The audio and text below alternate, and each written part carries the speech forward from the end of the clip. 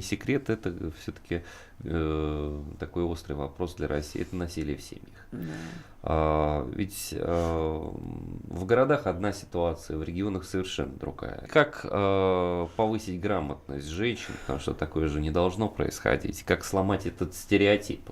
Это, знаете, я уже по этому вот закону, который трудно у нас очень идет, об этом все время и думаю, как это сделать. Но я вот так понимаю, что вот сейчас поколение одно уйдет, второе, если мы это не будем прививать в школе, вот, грамотности не только девушек, но и мужчин, вот, и в целом, что такое насилие, говорить на эту тему, вряд ли мы изменим ситуацию. Вот. А на сегодняшний день пока вот мы делаем то, что вот и считаем, что необходимо делать, это развитие социальных разных институтов в виде кризисных центров там, для мужчин, для женщин. Вот. Алкоголизация, которая, тема, просто это больной вопрос. Вот если мы маленькому ребенку не будем внушать, опять же, я говорю, с дошкольного возраста, что это ужасно, вот там пиво, водка, вино там и так далее, культуру питья не будем прививать, то мы ситуацию не изменим. Вот, предположим, ни Союз, ни любая другая женская организация, одними тренингами и школами нам, конечно, эту ситуацию не поправить. Но когда эту тему и мы будем поднимать все вместе, как я говорю, вот общественные организации, они разные. Вот мы сейчас за тот год, например, проводили, итоги подводили, и для нас очень было важно, что у нас очень активно стали развиваться советы отцов, благодаря советам женщин, потому что мы поднимаем, мы толкаем, и я все хочу, надеюсь, что все-таки федеральная организация вот, отцов у нас такая будет. И я вам хочу сказать, когда они поднимают вопросы с социально неблагополучными семьями, совместно вырабатывают какой-то план действий, и моральное вот такое воздействие, оно тоже, в общем-то, необходимо, чтобы сама общество дала эту оценку, не только по законам, что вот ты нарушил, мы тебя посадили.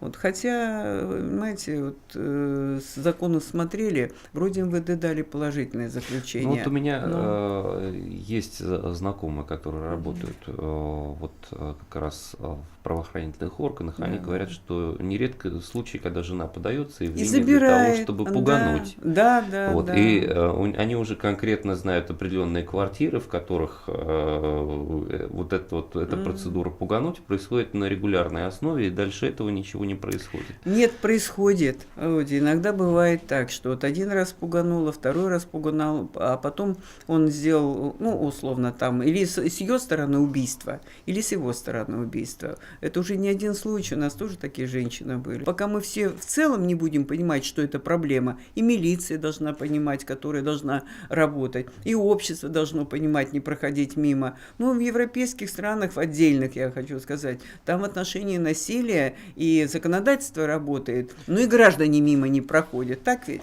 Вот есть, допустим, в Соединенных Штатах, допустим, принудительное лечение вот, от наркозависимости. Ведь алкоголь те же, это ЛТП, ведь наши женские организации, верните ЛТП.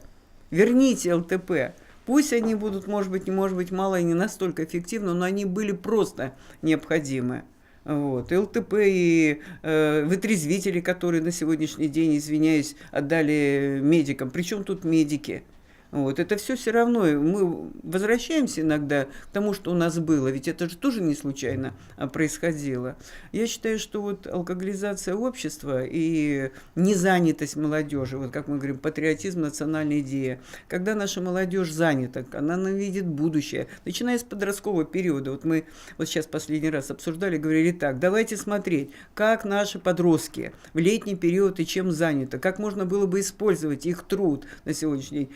Отряды, давайте посмотрим, где. Наиболее активные в Сибири, в Центральном округе, например, строительных отрядов очень мало. А ребятам хочется ведь в летний период заработать. Раньше зарабатывали за летний период, и потом на весь год, извиняюсь, стипендии маленькие были, жили на эти средства. Какие экспедиции, там мы говорим, раскопки, у нас идут и очень активно идут археологические, географические, я не знаю, экспедиции, военные вот эти вот патриотические игры, которые были, они просто необходимы.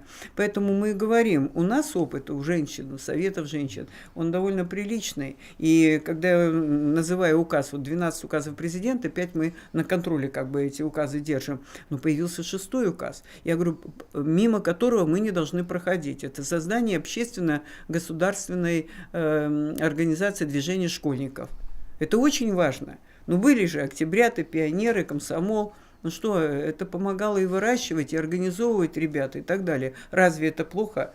Поэтому, когда мы говорим, что общественно полезным трудом у нас в школах не занимаются, ну, мы же занимались в школе, и токарные станки были, и домоводство было. Это очень важно занятие ребенка, именно занять его свободное время. И если время занято, то, так скажем, на всякую чепуху и на несоциальные вещи, там, те же самые наркотики и прочие вещи, на них просто не остается времени. Ну, интерес у него надо проявить. Понимаете, мотивация у ребенка должна быть, интерес какой-то должен быть. Поэтому занять-то мы можем, он, наверное, сядет на этот самый свой компьютер или планшетником, или с телефоном. Вот они сидят там только играют. Вот это. Поэтому вот полезно, чтобы ему интерес появился у ребят. Вот в чем дело. И когда я почему разговариваю, я говорю, вот сейчас мы, например, в корпоративном технике у себя в Брянске организовали школу невест.